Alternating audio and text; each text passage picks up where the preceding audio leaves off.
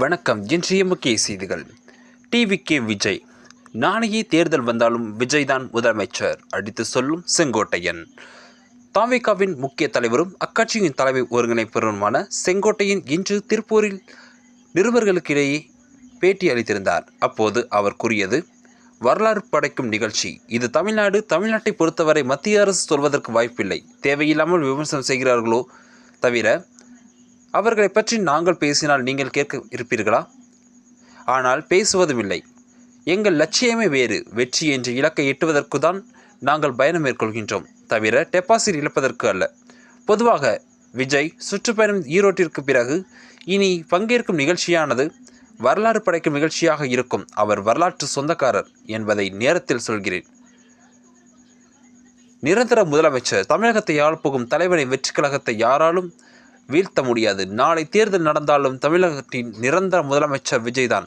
எங்களிடம் நியாயம் இருக்கிறது, நேர்மை இருக்கிறது. தமிழ்நாட்டின் தலைமை பொறுப்பை இந்த தலைவர் ஏற்கும் வரை ஓய மாட்டோம். இவ்வாறு பேசினார் செங்கோட்டையன்.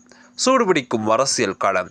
தமிழ்நாட்டில் அடுத்த ஆண்டு சட்டமன்ற தேர்தல் நடைபெற உள்ளது. இந்த நிலையில் தமிழ்நாட்டின் பிரதான கட்சிகளுக்கான திமுக, அதிமுக ஆகிய கட்சிகளுக்கு சவால் அளிக்கும் வகையில் ஆட்சியை பிடிக்கும் எண்ணத்தில் கடத்தில் குதித்திருக்கும் கட்சி தமிழக வெற்றி கழகம் என்பது குறிப்பிடத்தக்கது.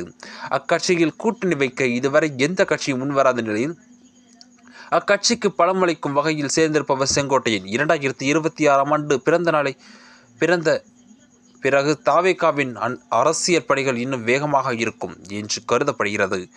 கரூர் சம்பவத்திற்கு பிறகு விஜயும் தவிகவும் முடங்கி சூழலில் 1 மாத இடைவெளிக்கு பிறகு விஜய் அரசியல் பயணத்தை மீண்டும் தொடங்கினார். விஜயுடன் இருப்பவர்களுக்கு போதிய அளவு அரசியல் அனுபவம் இல்லாத நிலையில் செங்கோட்டையனின் வருகை அவர்களுக்கு பக்கபலமாக அமைந்துள்ளது.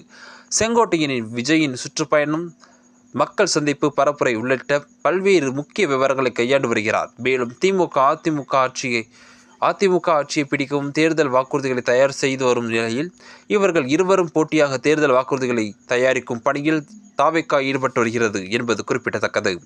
வேட்பாளர்கள் தேர்வு, கூட்டணி பேச்சுவார்த்தை, முக்கிய அரசியல் தலைவர்களை தாங்கள் பக்கம் இழுத்தால் உள்ளிட்ட பல்வேறு பணிகளில் தவிகவின் பணிகள் செங்கோட்டையின் தலைமையில் நடந்து வருகிறது என்பதும் குறிப்பிடத்தக்கது. இது அரசியல் வட்டாரங்களில் பரபரப்பை ஏற்படுத்தியுள்ளது என்பது குறிப்பிடத்தக்கது. இது போன்ற செய்திகளை உடனுக்குடன் தெரிந்து கொள்ள நமது நியூஸ் சேனலுடன் இணைந்திருங்கள். நன்றி. அடுத்த செய்தியுடன் சந்திப்போம்.